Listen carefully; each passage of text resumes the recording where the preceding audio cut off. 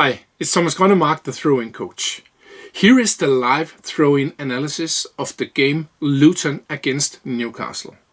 Luton won the game 1-0 and the throw-ins helped them for sure. It's really important before I go into this live analysis to say that I've only seen each throw-in one time, and once in a while I miss a throw-in or two because the cameraman or camera woman are filming in another place of the pitch when there is a throw-in. Normally when I'm analyzing throw-ins in the clubs, I'm using 3 to 4 hours per match. I can see all throw-ins as many times as I want. But again, this is a live throw-in analysis, and let's start with Luton first. Luton, they had a possession of 63.6%, and that's a really good number. I normally say like under 50, that's bad. Over 50, that's okay. And yes, if you come up in those ranges like 60-70%, that's good. Some of my teams have often had 80 to 100% possession, so that's actually possible. But I'm also looking at another number too, and that is how many positive throw-in situations are you putting yourself in. And for Luton, that was really bad. They only put themselves in a positive throw-in situation in 27.3% of the time.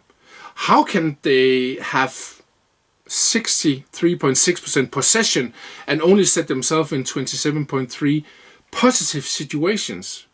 That's quite simple, because even though Luton set themselves in positive situations a very few times in a match, they were either lucky in the other situations or really good at winning the duels and putting on extra pressure.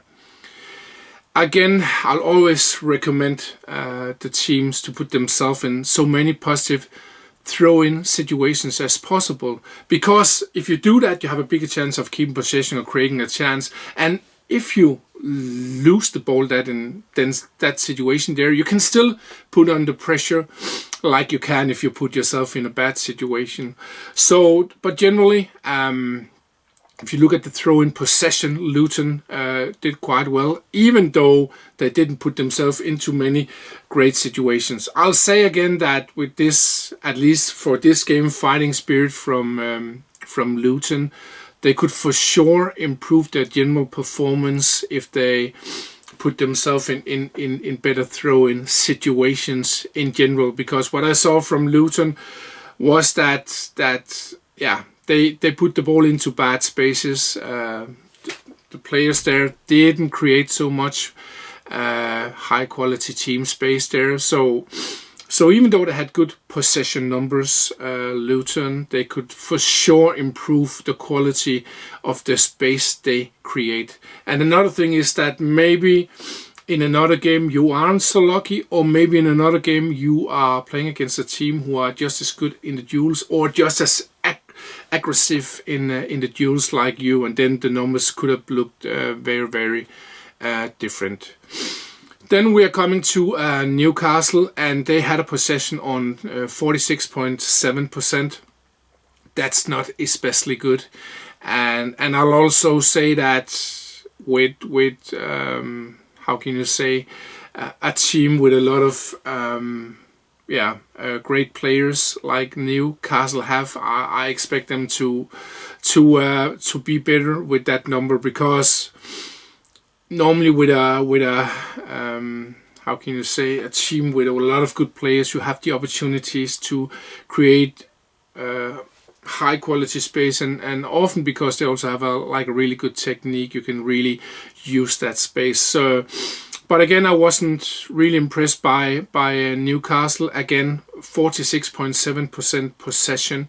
And again, it's really important for me to say that possession is not everything, because often with my teams I say, yes, sometimes you can take a low risk, high reward throw in, for example, behind the opponent's defense or something like that. And even if you lose it there, it can be okay because you took a good chance. So again, throw in possession is not the most important. But then we look at how many positive throw-in situation did Newcastle put themselves in, and it was 40%. So that looked a little bit like the percentage of the possession, oppositely from Luton there. But what I saw a couple of good things from Newcastle. I saw a big box utilized really well in the diagonal field. But what I saw really often also with Newcastle was that they made the pitch small themselves in many situations. And then I had in several occasions also where they had like a return pass or a little play and then a long ball. And I'm often saying to the teams, if you're just throwing a long ball down the line in duels, it's not good for you. And it's not because it's a high risk of losing the ball. But for me, it's actually it's the same again. Yes, you can make a short return pass or play a couple of passes. But if you're still under pressure and then you still have to just shoot a long ball up there, it's not better than just hurling the ball down the line with the throw-in directly. So again, for sure, there's a big margin of improvement by Newcastle there. I also saw a single long throw-in, and even though there was a little flick on that, for me it was way too short.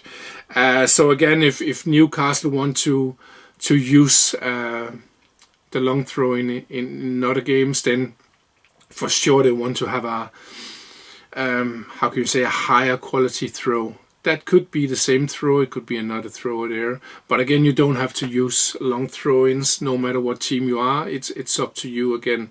So again, but I see a big potential in both Luton and Newcastle. So for me, this was like, yeah, throw-in game below medium. It was not the worst I've seen, but for sure I can see a lot of potential there. So again, I'm dreaming of that we are creating fantastic spaces. We in many different situations taking great decisions, and so again, this is my dream to help teams all around the world to be better at that, from youth to amateur to the professional level indeed. So but that was my throw-in analysis from the game. Luton against Newcastle. Have a great day. Bye bye.